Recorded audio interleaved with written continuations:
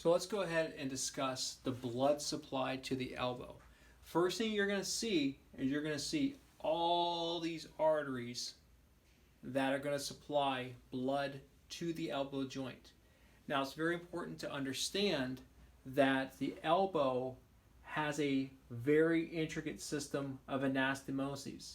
Remember that an anastomoses is simply going to be blood that's going to supply another vessel in case that primary vessel has some sort of occlusion or something wrong with it. So what we're going to see is that my brachial artery, and we're going to make this nice and simple, okay? My brachial artery, B, is going to come down, and it's going to branch into my radial artery and my ulnar artery. Nice and easy, okay?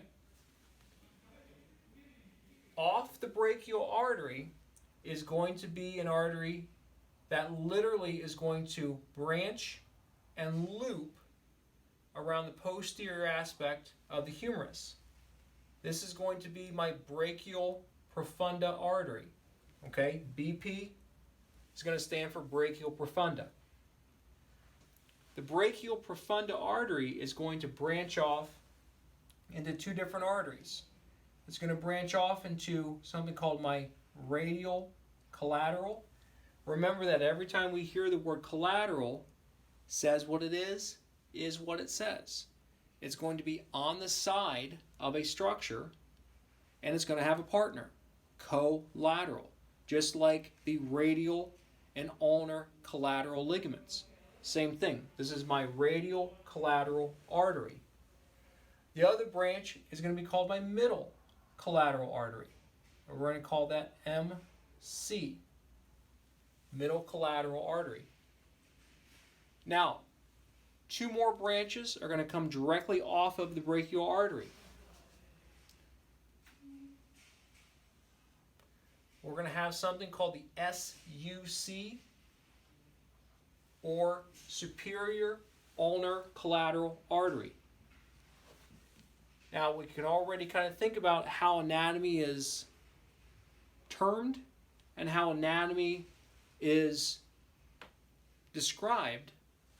If we have a superior ulnar collateral artery, then we're probably going to have an inferior ulnar collateral artery.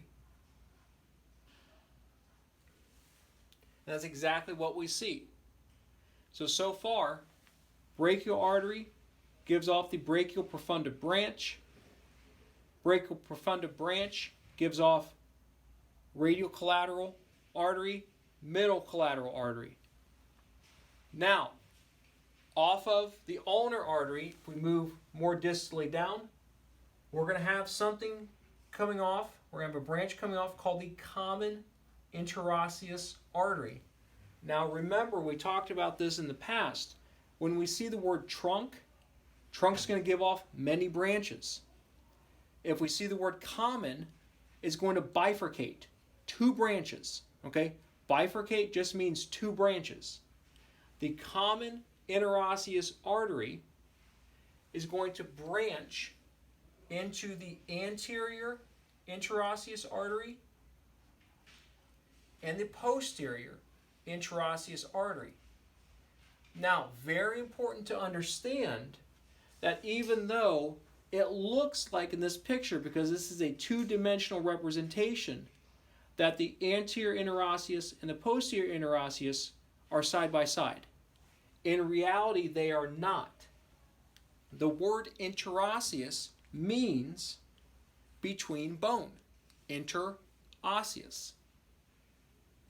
Really and truly what is happening here is that the anterior interosseous artery is traveling anterior to the interosseous membrane.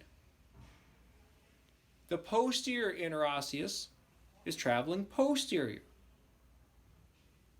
So that's going to be the blood supply to my elbow coming down from the brachial artery.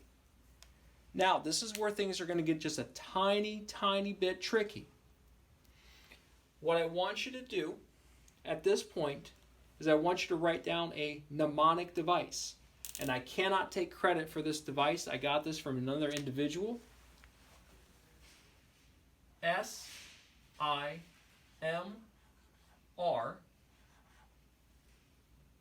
And directly underneath that, PAIR.